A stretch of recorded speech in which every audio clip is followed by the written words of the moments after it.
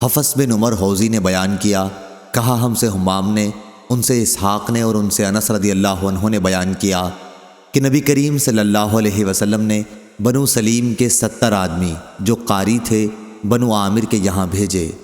جب یہ سب حضرات بر معونہ پر پہنچے تو میرے ماموں حرام بن ملحان رضی اللہ عنہ نے کہا، میں بنو سلیم کے یہاں آگے جاتا ہوں، اگر مجھے انہوں نے اس بات کا امن دے دیا کہ میں رسول اللہ صلی اللہ علیہ وسلم کی باتیں ان تک پہنچاؤں تو بہتر، ورنہ تم لوگ میرے قریب تو ہو ہی۔ چنانچہ وہ ان کے یہاں گئے اور انہوں نے امن بھی دے دیا۔ ابھی وہ قبیلے کے لوگوں کو رسول اللہ صلی اللہ علیہ وسلم کی باتیں سنا ہی رہے تھے کہ قبیلے والوں نے اپنے ایک آدمی عامر بن طفیل کو اشارہ کیا اور اس نے آپ کے جسم پر برچھا پیوست کر دیا جو آر پار ہو گیا۔ اس وقت ان کی زبان سے نکلا اللہ اکبر، میں کامیاب ہو گیا، کعبے کے رب کی قسم۔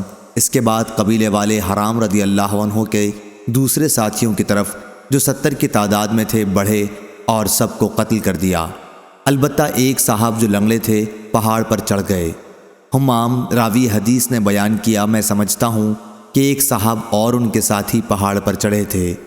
عمرو بن امیہ زمری اس کے بعد جبرائیل علیہ السلام نے نبی کریم صلی اللہ علیہ وسلم کو خبر دی کہ آپ کے ساتھی اللہ تعالیٰ سے جا ملے ہیں، پس اللہ خود بھی ان سے خوش ہے اور انہیں بھی خوش کر دیا ہے۔ اس کے بعد ہم قرآن کی دوسری آیتوں کے ساتھ یہ آیت بھی پڑھتے تھے۔ ترجمہ: ہماری قوم کے لوگوں کو یہ پیغام پہنچا دو کہ ہم اپنے رب سے آ ملے ہیں، پس ہمارا رب خود بھی خوش ہے اور ہمیں بھی خوش کر دیا ہے۔ اس کے بعد یہ آیت منسوخ ہو گئی۔ نبی کریم صلی اللہ علیہ وسلم نے 40 دن تک صبح کی نماز میں قبیلہ رعل زکوان، بنی الحیان اور بنی عاصیہ کے لیے بد دعا کی تھی، جنہوں نے اللہ اور اس کے رسول صلی اللہ علیہ وسلم کی نافرمانی کی تھی۔